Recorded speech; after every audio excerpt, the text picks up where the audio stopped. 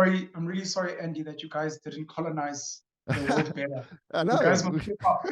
You guys must step up. You're a bit weak there in Italy. Exactly. You know what the thing is that we had decent food, so we didn't have to go. This is Calling Home, the podcast where I'm going to be reaching out to South Africans and having a conversation about what is happening in the country, who the movers and shakers are, and why it's important to be optimistic about our beautiful country on the southern tip of Africa. My first guest is Penuel, the Black Pen. He is an author, an entrepreneur, and a social commentator.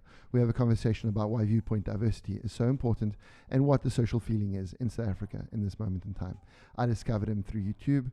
He has some beautiful conversations himself, and his Instagram channel is amazing if you want to keep your finger on the pulse of what is happening day to day in South Africa.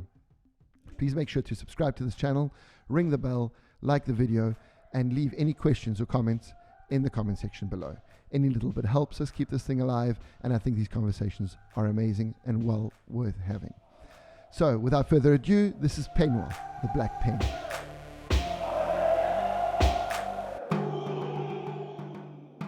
Andy, thank you so much for the invite. I was quite honored to get the message from you on Instagram.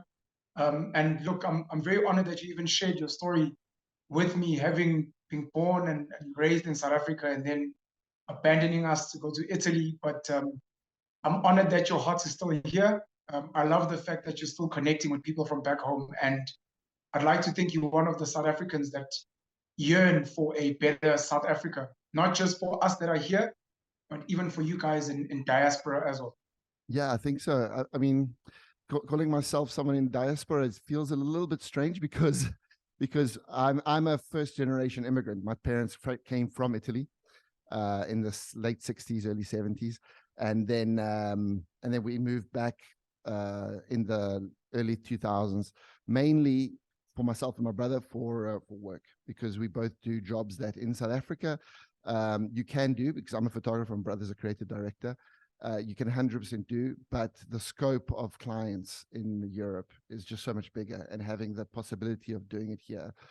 And having said that, though, there are so many talented South African photographers that have broken out coming from South Africa, but the amount of cash that you need to do that from there is notably higher than what it is for us here. You know, really? Yeah, because here, if I need to go to London for a meeting, I can just go. It's 100 euros. I hear you. You're talking about moving around. Yeah, moving around, just basic infrastructure. But this is something I really want to talk about, infrastructure, because you spoke about it with Nhlanhla Lux. Yeah. And one of the things, apart from all this question of that he has about immigrants and all the problems that he's trying to solve in his way, he kept banging on about how important infrastructure is, And I was like, that's the thing, is like, that's exactly why I moved away from South Africa, because the infrastructure for my business wasn't available in Sydney. But yeah. You'd like to hear my thoughts? I want to hear your thoughts on it, and I want to hear also a bit about your backstory, and we just sort of got into it, but yeah, absolutely, go for it. No, thanks, Andy. So I'm originally from a town called Newcastle in KwaZulu-Natal, one of the biggest provinces in South Africa. Matriculated there, and then I went to do my tertiary education, getting a university degree at Rhodes University in Grahamstown in accounting and economics. Then I moved to Johannesburg in Gauteng, where I did my honors in accounting. From there, I worked in banking. I worked for two of the biggest banks in the country. Then I decided to become an entrepreneur, and I've kind of been doing that since 2013 to now. I'm a father of 6 kids that I love very much. Congratulations. Thank you. I'd like to have more, to be honest, even though people argue that the world is overpopulated. But that's me. And then as of this year, let's call it this year, I've been focusing a lot on creating online content, more particularly having conversations with interesting people, knowledgeable people, people that can shift the mindset of South Africans and hopefully the world at large. One of the people I got to interview was Nhlanhla Lux.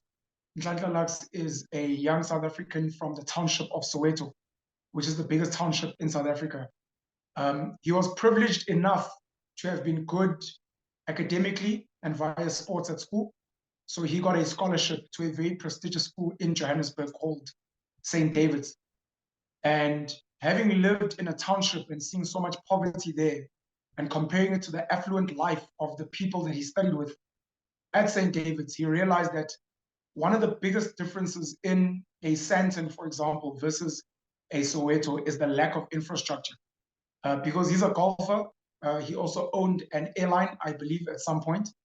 And just seeing those are two elite spaces to be in, even for a normal child in the suburbs. To have access to a golf club, to have access to an aeroplane, as an example, is normally for privileged people, not even for white people. Even for white people, you have to be very privileged to be playing golf and having access to flying planes and the like. So he just realized that specifically for the township areas in South Africa, when you look at the legacy of this country, apartheid, colonization, etc., if there could be a focus on getting some of these spaces and these opportunities in the townships, we can see more children rising up and becoming world-class golfers, world-class rowers, playing water polo, flying airplanes, creating rockets, etc. Because there's a lot of talent in some of these spaces. And it took him getting a scholarship to be in that privileged space to realize that one of his callings is to try and push to improve the infrastructure where he grew up, which is in the Soweto township. Yeah, absolutely, absolutely. And I've seen that here in Italy as well, because in Italy there are schools that are called liceo. It's lyceums basically. It's very specialized schools. You do like either the classics or you do the scientific or you do the language, and all the wealthy kids are pushed as far as possible into the top of these schools here, like we do in South Africa, and they build such strong relationships also between people that afterwards that goes on for years and years and years. I mean, my agent is still, he's 50 and he's still getting clients from people that he went to school with, because when you're working in that top, like, the Joburg schools or the Cape Town schools or whatever, the contacts are so much bigger. And that's I think a problem all over the world of like how to drip it, how to make the trickle it down. To trickle it down, and then, I mean, a little bit's happened with our rugby team. I take it as an example because that's exactly what we need to do for the rest of our country, is just like manage to find people like Nhlanhla, like oh my God, our captain, Siya Kolisi, and bring them like super talented people and get them into these amazing schools so that they can build the relationships, build the contacts, and fly. That would be amazing. So when we had the conversation with Nhlanhla Lux, I was asking similar to, should we be getting more talented kids into these top schools? And his argument is, we don't need the schools if we can build the infrastructure in the township. Of course, it would be nice to have both, but at least to your initial question on infrastructure, he's saying it shouldn't take me going to a top school to make it if we can create the stuff back home. Yeah, absolutely. Absolutely. That's the thing. That's I think global. Absolutely. Because I mean, I see so many, like, I haven't moved away. I see so many parallels between Italy and South Africa, because Italy has this very well defined industrial north and a very poor south of Italy, where people are like literally 20 years behind us on infrastructure, Wi-Fi, all that kind of stuff. And they also have to move, unfortunately, to like bigger centers and try and get it going. You've interviewed some people that are so different between the three. Like I just did the list of Rob Hersov, Rutendo. I'm going to mess up his name. Matinyarare.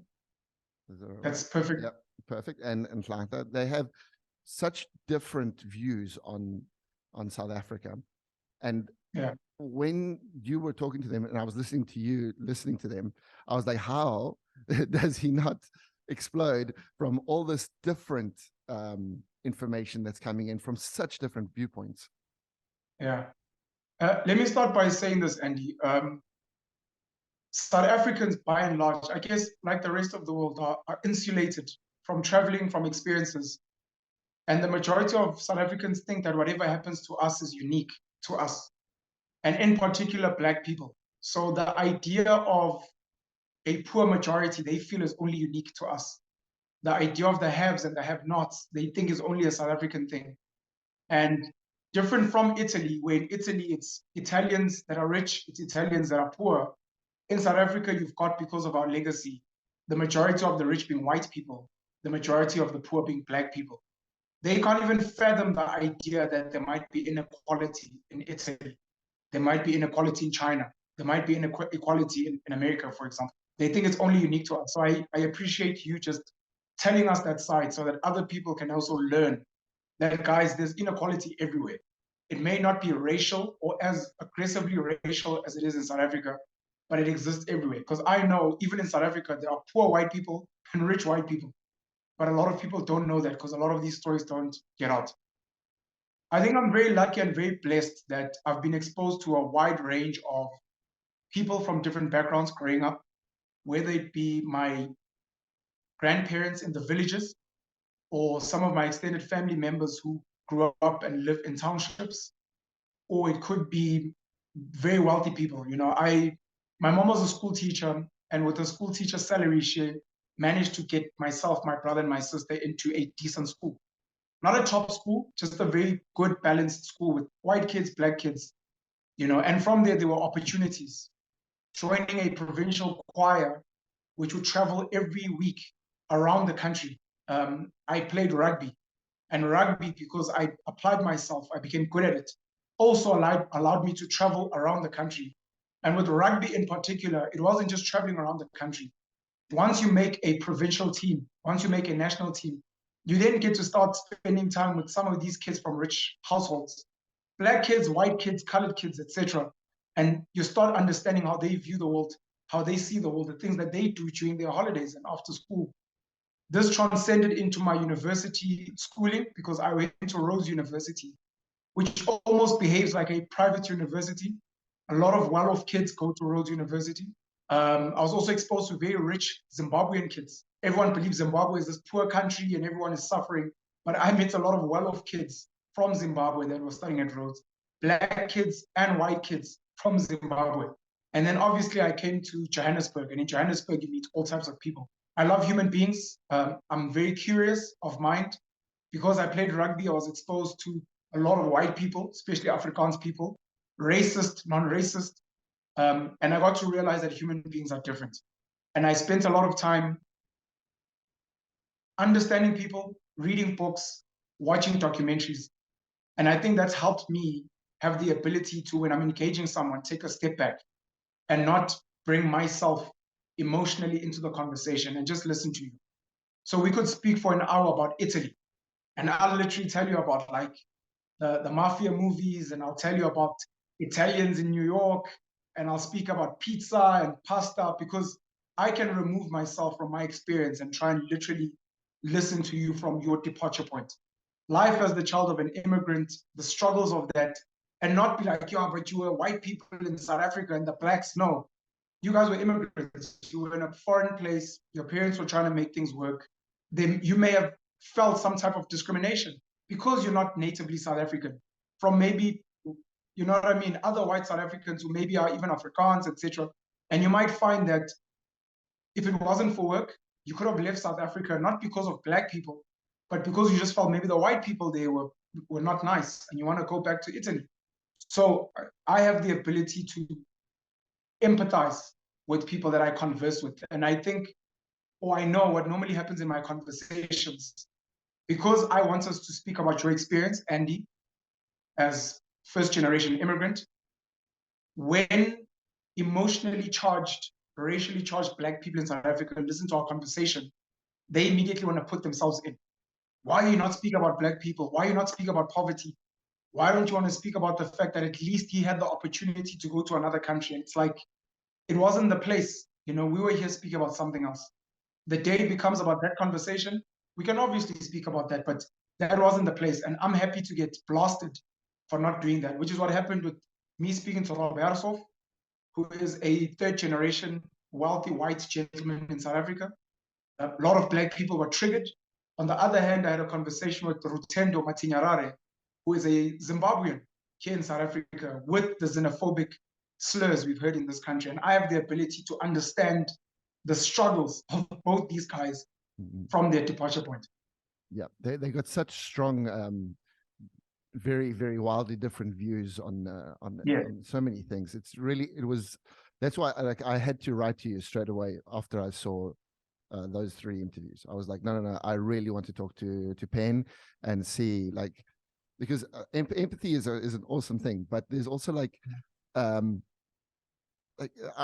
a highly logical person, and I sometimes struggle to reconcile views, in my head.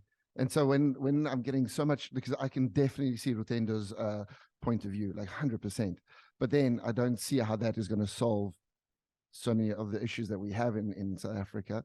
And whereas also, maybe Rob Hersov, he's a businessman, so he's got a very cold, even if he's passionate, but he's like very cold. This is how what you have to do to fix it, and this is where I see the problems. Let's go that way.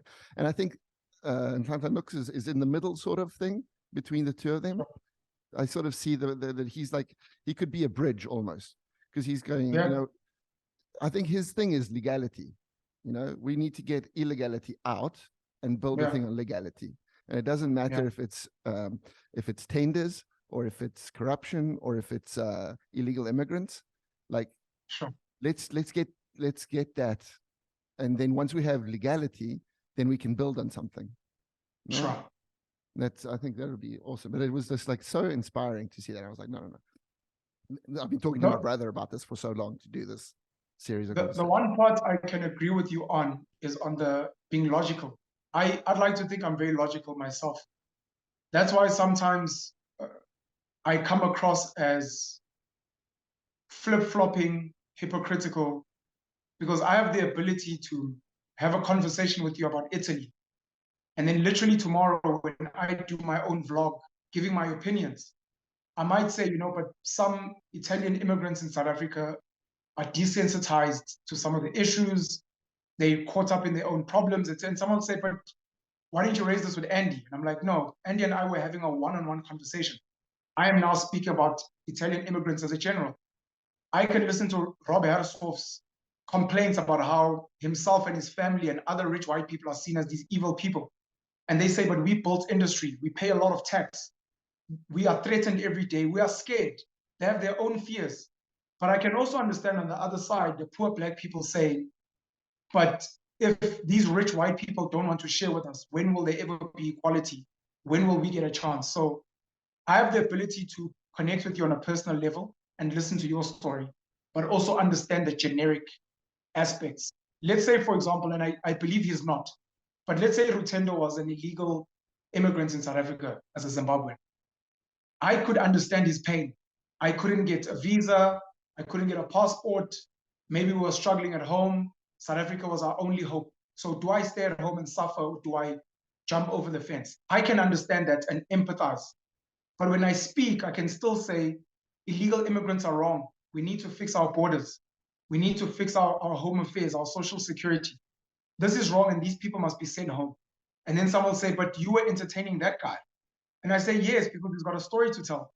And it's meant to be for us to understand the sensitivities, because if we are going to solve some of these problems logically, it's going to require us to try and win over the hearts of some of the people we might think are our enemies, and speak to them and explain why we're struggling.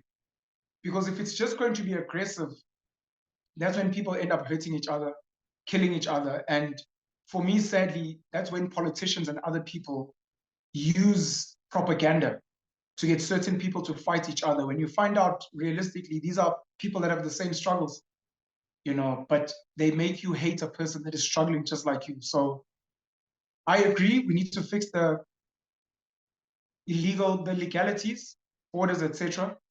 But I can empathize on a personal level with someone who came here illegally. But then if they do things like crime, I'm willing to sit down with them. And I'm hoping in that sit down, I can reach out and be like, but you realize what you did was wrong. Because if someone did that to your family, you'd be upset. But I hear you. You were poor, you were hungry. You thought stealing a car was the solution. I'm here to speak to you and tell you, maybe we need to look outside of stealing cars. Maybe you can wash cars. Maybe you can fix cars. Maybe let's focus on those skills so that you can fix your family. But if I just say you're a criminal, I hate you, go die, if the person really is a criminal, they might end up harming you. Meanwhile, you're a good person. instead of maybe trying to speak to their soul and their heart. Yeah. And the stronger a country is, the more it can take in people. You know? Yeah. At one point, is like we have an immigrant problem in South Africa and in Italy, because we're the closest port of entry to Libya, and so there's obviously a lot of illegal immigrants, and it's a very dangerous crossing. So people are often dying just trying to get across. So it's quite terrible scenes. And in Italy, historically, we didn't have a very big African population, because we, as a country, they only had colonies for like 20 years, and it was only Eritrea, Somalia, and it wasn't even for so long. So it's not like France or England or Belgium that had this 400-year-old colonial system that then when they opened the possibility for people to move back and forth with helping with visas and things, you know, like the Caribbeans in the UK, you got this massive influx in the 1800s, early 1900s. In Italy now, we're starting to see like often a black person on the streets. When I moved here, it wasn't that way.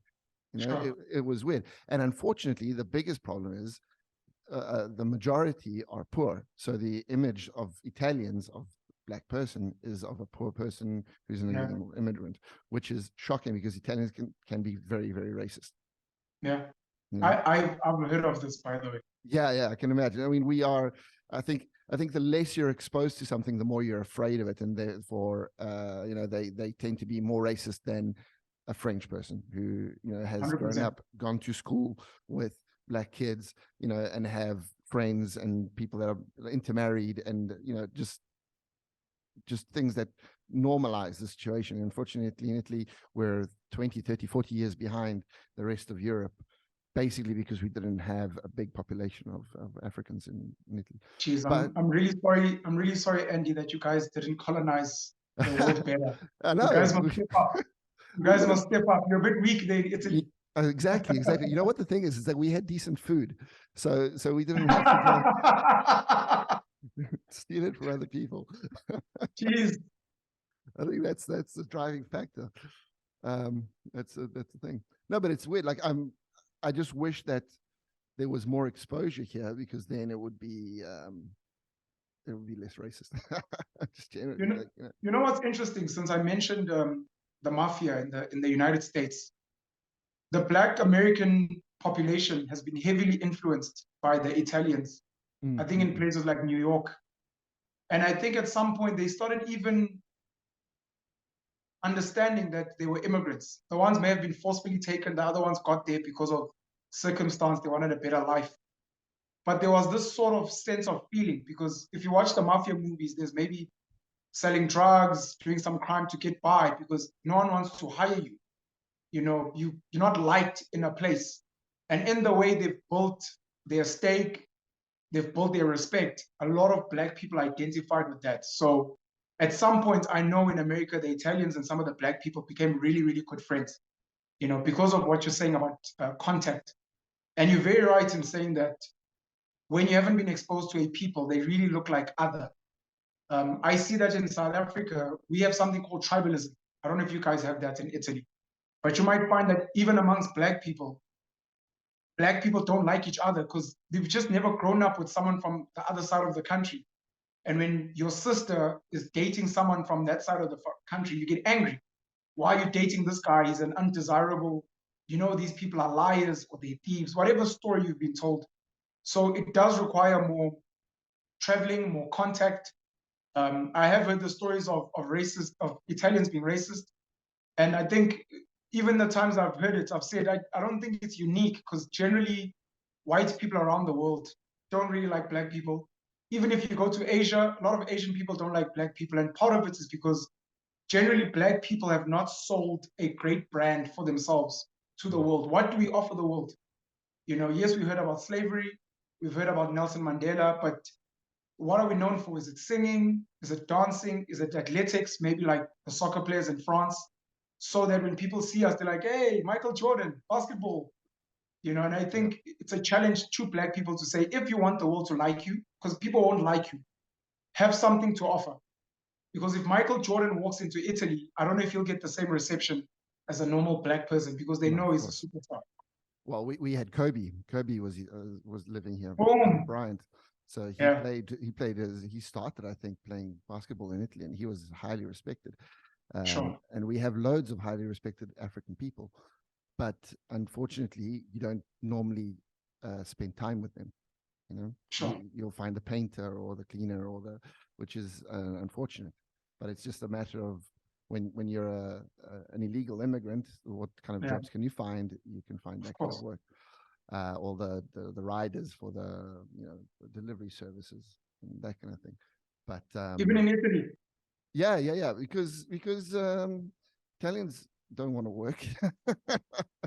Geez, Italians are like South Africans. Italians are like South Africans. We're quite close. I think we have the same sort of lifestyles here, more or less. Sure.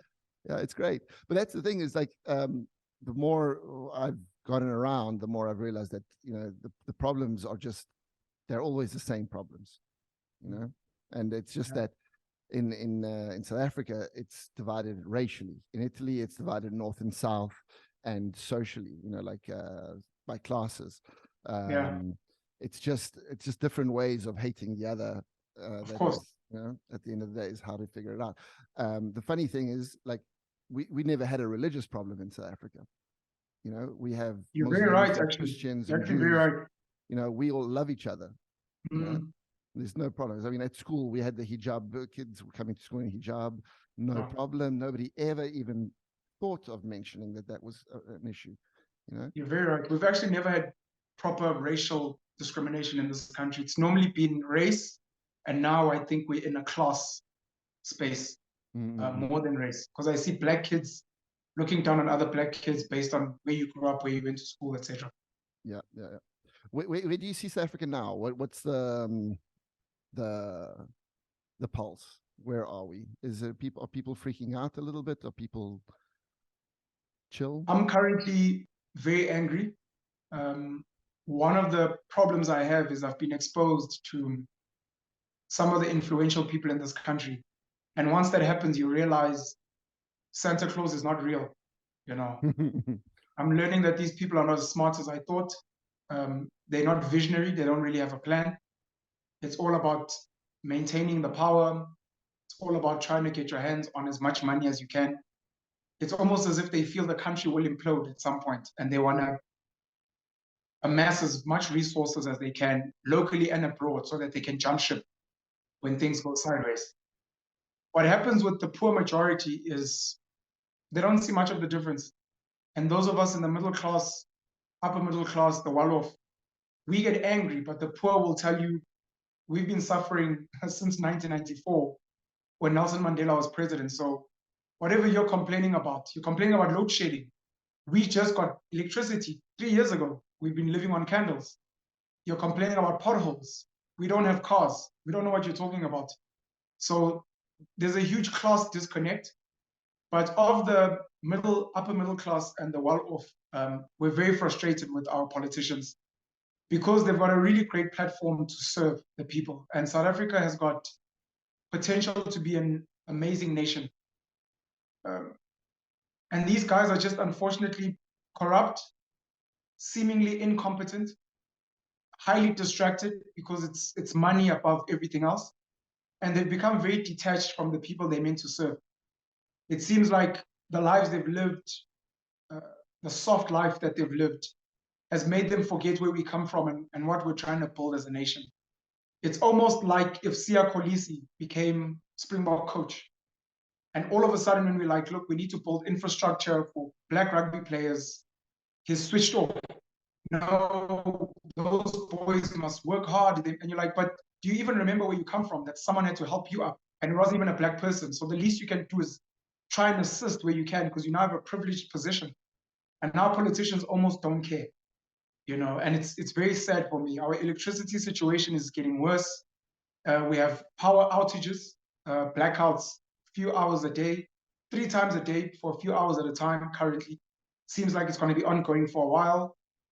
We're constantly borrowing money from the rest of the world, not to build anything, but just to feed people under social welfare. The bulk of our population doesn't work. As much as they're getting free things, they're not expected to work and contribute. The people that are willing to work, there are no jobs for them. We import a lot of things that we can be creating ourselves. And just more than anything, we just have a leadership problem, and there's a leadership vacuum across politics, religion, traditional leaders, our kings and chiefs. And I think even some of the business leaders are not as amazing as they could be, because they could actually revolutionize the landscape by creating spaces of innovation. But to defend them, they say, well, government is not creating a platform for us to thrive. There's too much red tape. They make sure that the funding only goes to their friends. There's certain monopolies and cartels in certain spaces. So we'd like to build alternative schooling. We'd like to build industry. We'd like to do all these cool things, but government itself is throttling us. So the mood for the upper classes is not great. And I don't know if there will be a political shift come 2024, but a lot of the guys are really praying and hoping for that. I just don't know if they're doing enough work to convince the masses, which are the poor people, to vote for change, and to not just vote for change, but to also themselves start taking accountability for their lives and for the South Africa we have today. How much do you think tribalism will affect voting? You'd assume tribalism has gotten better over the years, and it's just been proven again that it's still there. Currently, the leading political party in South Africa, the ANC, the African National Congress, has got a president, Cyril Ramaphosa, who is the president of the country. They are going to a national election within their party in December, where they are meant to vote for the new president of the ANC, who will arguably be the president of the country. Cyril Ramaphosa is going to be the favorite to get a new term. However, one of the other people that is going to be contesting is a gentleman by the name of Zweli Mkhize, who was the Minister of Health. He was linked to corruption in some of the budgets for the COVID relief. Zweli Mkhize, he stepped down from cabinet as a minister and he kind of disappeared. And now he's put his hand up again to say he wants to be president of the ANC and the country. And the people of where he comes from in KwaZulu, in KZN, they seem to be backing him. And in my head, the only reason they would be backing him is because he is Zulu and Cyril Ramaphosa is not Zulu. I personally do not like Cyril Ramaphosa. I don't think he's a good leader. But I know that if he was Zulu, just as the previous president, Jacob Zuma, was, he'd be getting a lot more sympathy from Zulu people. So it seems like there still is tribalism, because a lot of other tribes didn't like Jacob Zuma because he is Zulu. So tribalism may play a role. Racism is still going to play a role.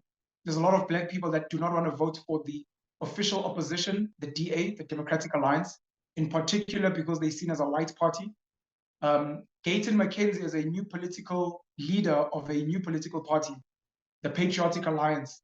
Initially, when they came out, they were fighting for colored people, mixed race people, because they felt like their voices were not being heard.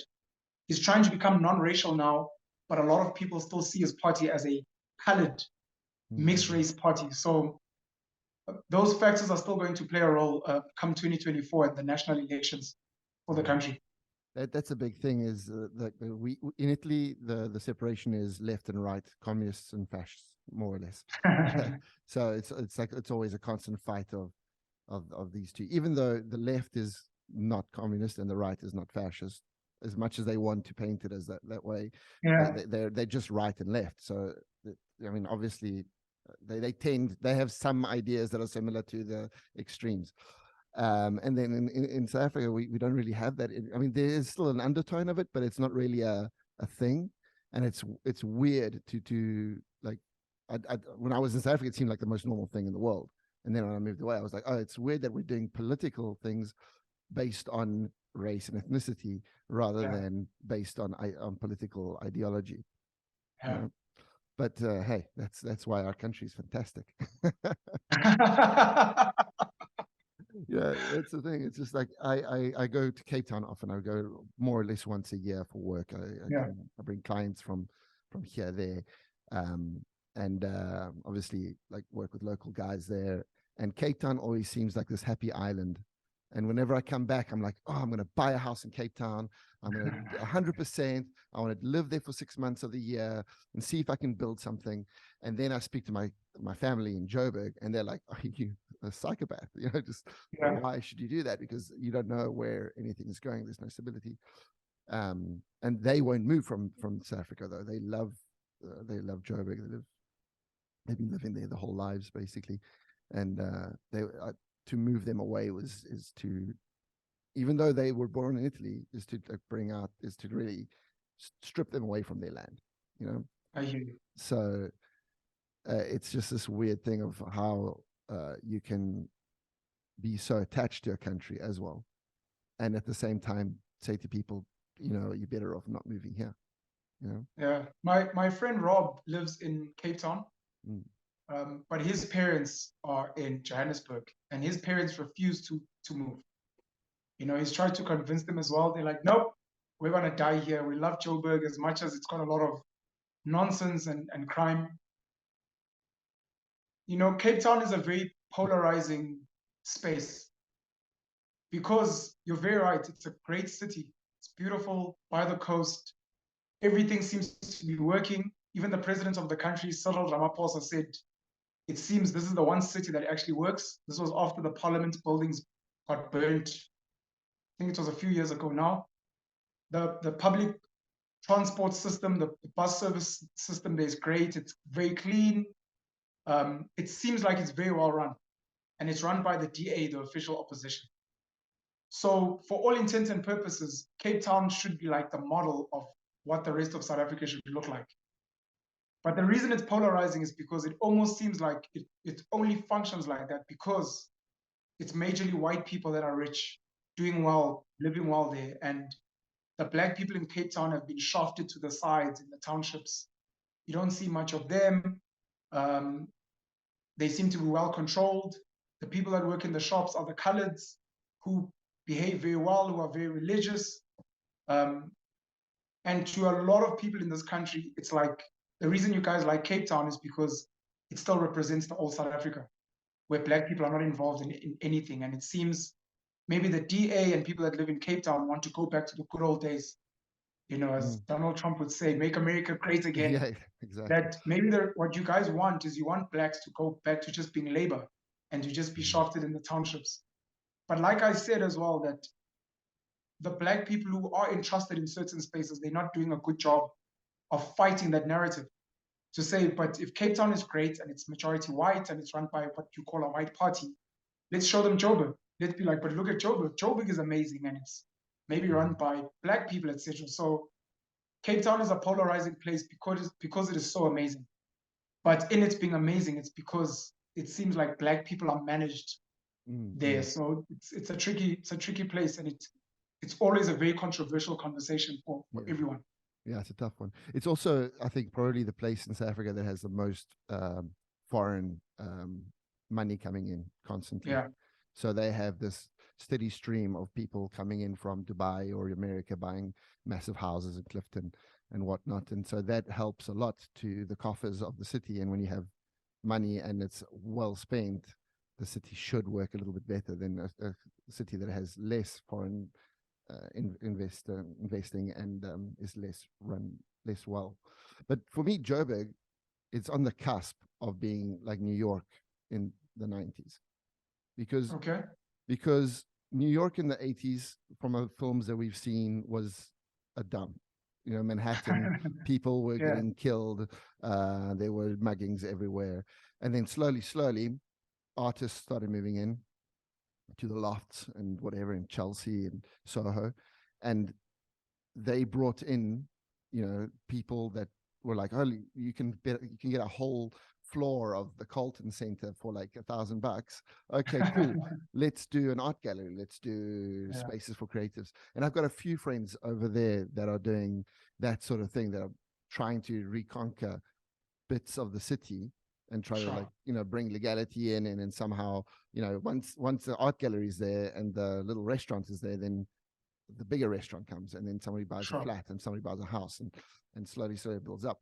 But if there's no, the thing that changed New York completely was Rudy Giuliani. You know, he came in and he was like super hard on everybody and eradicated crime, and then New York became what it is now, which is, like, even after COVID and everything, still the most impressive city in the world, I think. for money and everything. And The Joburg should be first that for thing, Africa. I hear you. The first thing I want to say, Andy, is our politicians say it a lot, and it normally frustrates me. We would like foreign investors to invest here and to see South Africa or Johannesburg as a great place. But it shouldn't be about foreign investors. The reason we want our country to be better, our city to be better, shouldn't be, oh, the foreign investors are going to Cape Town, we want them here, please behave. It should be, can we please just make it great for ourselves? The foreign investors can come, but can we also like our space? The reason it frustrates me is because it almost becomes like when you're at home and your mom is saying, behave, there's visitors here. And you're like, I'm free when the visitors are not here. And when the visitors are here, I can't be myself. And I'm saying, can yourself be a good person as well? So that whether the visitors are here or not, it's a great home to be in. That frustrates me. I love the fact that you're speaking about New York and Johannesburg. There's a term, of course, called gentrification, which a lot of people, again, it becomes polarizing and controversial. If you look at Maboneng in Johannesburg, because it's become exactly that, the artists are moving in. There are other spaces around Johannesburg where they're trying to clean them up. Newtown was one, Ramfontein, I think another one. A lot of people would like to see that happening. When Herman Mashaba became mayor under the DA, we started getting that sense. He was cracking the whip. He was reclaiming buildings that had been hijacked. People don't know that people can steal a building. People were stealing buildings. He was trying to get rid of illegal foreigners at that time, and after Herman Mashaba left the DA and left the mayorship, you've got someone like Gayton McKenzie under the Patriotic Alliance. He's an ex-convict. He served his time in jail. He's come out now. He's done a lot of business deals. He's done a lot of charity work. And he's coming out with that aggressive, whatever it takes, we need to clean up our city. We need to clean up our country. And it looks like South Africans are hungry for a very strict ruler. Julius Malema speaks very strict. I don't know if he is. He's from the Economic Freedom Fighters, the EFF. But people are hungry for that. And I think if Johannesburg had a leader with an iron fist and a good heart, I think this city could become something really amazing. What it will take, I'm not really sure. But as with our borders, if the political leaders and the people entrusted with keeping crime in check and cleaning up the streets are not doing their job, and they're happy to receive bribes, to turn a blind eye, or to even enable crime, things are going to get worse. If you believe Joburg is turning for the better, I'll take your hope, and I'll hold on to that. If it doesn't, then yeah, something has to give, and I don't know what that'll be. Yeah, I have a strong hope. I think gentrification is often seen as like a negative, like a net negative, but at the same time, like my house here in Milan, it's my wife's house because I married rich. Whoa, well done, boy. Well done, boy. Well for myself. We bought this place in the outskirts, and now slowly it's gentrifying. And for me, that I don't come from money in any way, so like we can one day sell that house and maybe move to somewhere further out, but with a lot more money, a lot more space, a lot more things. So it's not, if you own property, gentrification isn't necessarily a bad thing. It's if you're renting that it can be a pain in the backside. And that's the other thing that we're seeing in Italy now, in Milan especially, because Milan is the Joburg, of Italy. Rental prices are shooting through the roof because it's a small city compared. I mean, it's tiny compared to Johannesburg. It's tiny. You can cross the whole thing in about an hour and a half, like with traffic, in rush hour traffic. Super small, super condensed, and nobody wants to live outside of a certain area because it becomes the sticks, and nobody wants to live out there, even though you can get some super beautiful properties and whatnot. So anyway, it's just this thing now. This is our struggle. Which is Milan worth visiting for someone like myself? Absolutely, it's worth visiting. Why? It was just a big industrial city and very dirty and terrible for years and years. And then we did in 2015 we did the World Expo, and they've completely revolutionized the city. And then with COVID, something really strange happened. To give restaurants a chance of surviving, they've taken over all the parking spaces in front of the restaurants. Because before you had no outdoor seating in Milan. So you didn't have that vibe of, you would think of Italy, people sitting in cafes all outside. Now, all of a sudden, after COVID, the only positive I think that came out of that is that we've got all this outdoor seating. The city has become alive now. And there's all these, and it's become extroverted. Before it was introverted, everybody was inside. No, that's beautiful. So that's an amazing thing about the city. It's become beautiful. The monuments are amazing. Our cathedral is probably the most beautiful that we have in Italy. One of the most beautiful for sure. We are an hour from the mountains. We're an hour from the seaside. It's actually in Europe, as far as European cities go, the standard of living for people like myself that I need nature is amazing. Every weekend we can just like bounce and go to the beach on the Italian Riviera or go to the mountains and do something out there. Even that's beautiful. Just chilling, So I like that. You've sold me on that. 1 hour from the beach, 1 hour from the mountains. Yeah, it's perfect, man. It's amazing. And then for the rest of it, the vibe is Joburg. Everyone's hustling, everyone's working. The city itself doesn't really give you much. You have to take what you can get. So it's always fighting for everything. And then it's the school that you went to is hyper important. The university you went to is hyper important. The languages you speak, like the fact that I spoke English when I moved over here, and that I'm from South Africa, was a selling point for me. Oh wow! People really respect South Africans in Europe because they know that we're hard workers. We know that we're highly educated. Maybe not so much. I don't know what the schooling system is now, but I finished school in '98, and so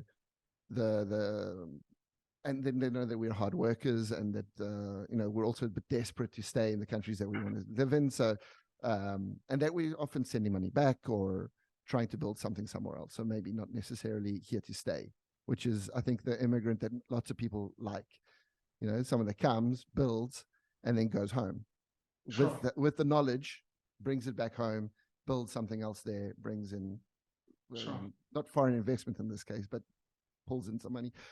Again, dude, I'm very conscious of your time. I don't want to be taking up too much of your time, but I'm really enjoying it. No, thanks, Andy. We can shoot for another 5 minutes or so. Okay, cool. But I would say, I think I've had, I think we'll just close it up and just be, that's fine. Ben, it's been an absolute pleasure speaking to you. And I'm very happy that we managed to do this. And hopefully we can have another chat soon. Andy, I'm really hoping that I can come visit Milan. Whenever I know you didn't officially invite me, but I would like to invite myself. And when I come there, I would really like to meet you, meet some of your people, and tell some of these stories. I'm not sure where you're going to put this up, but I'm going to share it because I need more people to start seeing the world from different perspectives, seeing the similarities, seeing some of the differences, some of the things we can learn. Got a lot of friends around the world, black, white, colored, Indian, and they echo exactly what you're saying. In the rest of the world, they know South Africans as hardworking. But this is also because the type of South African to leave this country and go somewhere else is normally hungry for something else. And that's meant to be inspiring just on its own. So thank you very much for opening your life to me, opening your platform to me. And I'm hoping that we can build on from this and get more South Africans, Italians, and other people to connect and build this really nice, our own little tribe around the world.